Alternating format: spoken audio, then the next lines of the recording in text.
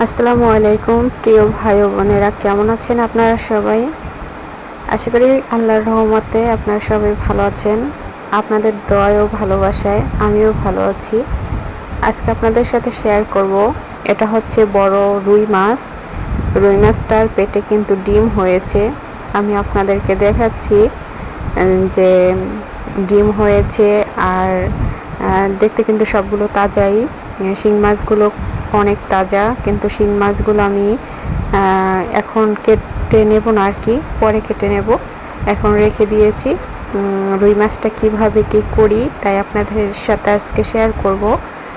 Please skip না করে যদি সবাই আমার ফুল ভিডিও দেখেন, একটি কমেন্ট করবেন, একটি লাইক দিয়ে যাবেন, অবশ্যই আমি খুশি হব।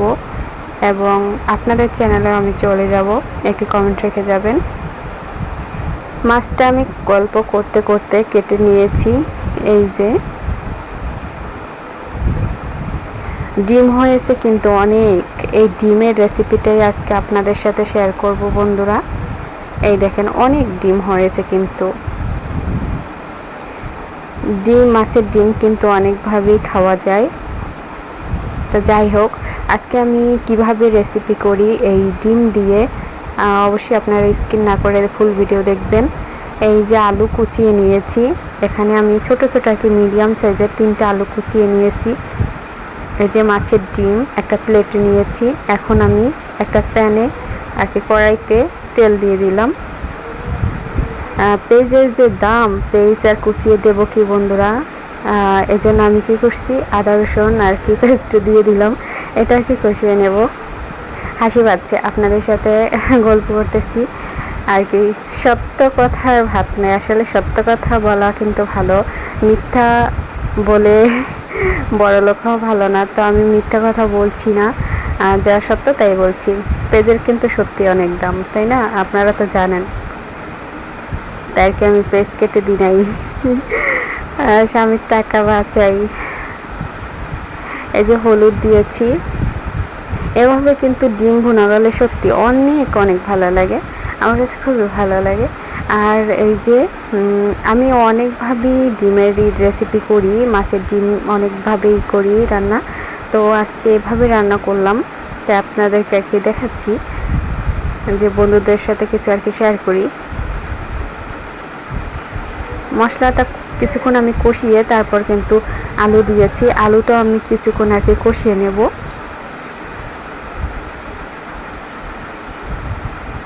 আলু যখন কষাতে কষাতে একদম সেদ্ধ হয়ে আসবে, তখন আমি ডিমটা দিয়ে দেব।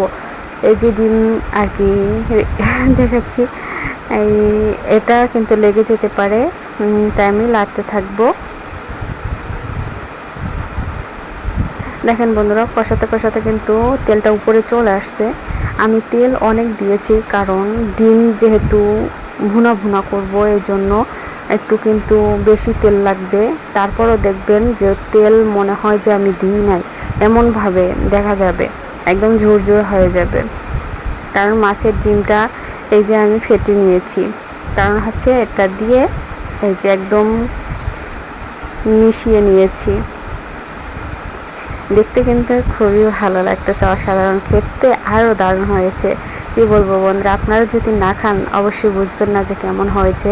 আপনারা খেয়ে দেখবেন, এভাবে ট্রাই করে খেয়ে দেখবেন যে কেমন লাগে, তারপর আমাকে কমেন্ট করেন, ঠিক আছে? যে না আপু অনেক ভালো লাগে।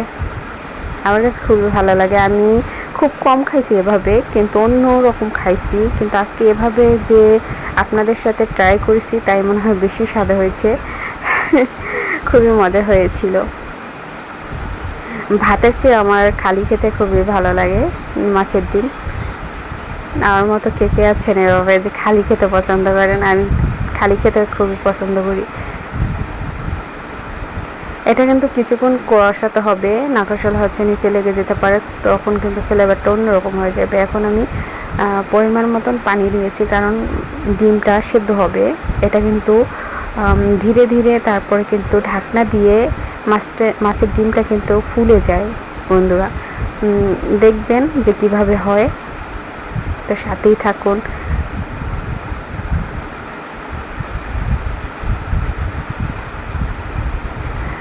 ধনিয়া পাতা দিয়ে দেবো উপরে। ধনিয়া পাতা দিয়ে যে কোনো জিনিস রান্না করলে কিন্তু খুব ভালো লাগে। এখন তো ধনিয়া পাতার অনেক দাম হয়ে গেছে, সপ্তাহের দাম, আলুরও তো অনেক দাম, তাই না?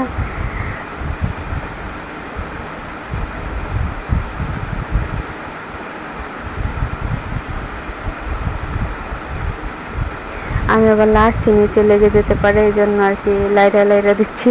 এই যে ধনিয়া পাতা দিয়ে দিলাম।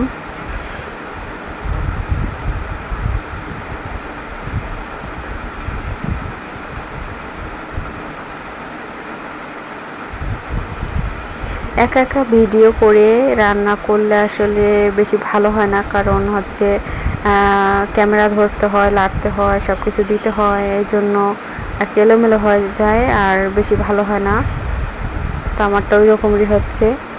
তো কেউ কিছু মনে করবেন না, অবশ্যই আপুর ভিডিওটা দেখবেন। যে ধনিয়া পাতাটা আর কি মিশিয়ে নিয়েছি। দেখেন বন্ধুরা, ঝোলটা কিন্তু টেনে গেছে, কি সুন্দর হয়েছে দেখছেন। আরও এটা ঝুরঝুরো হবে, কি সুন্দর হয়েছে দেখছেন, একটু কিন্তু তেল দেখা যায় না।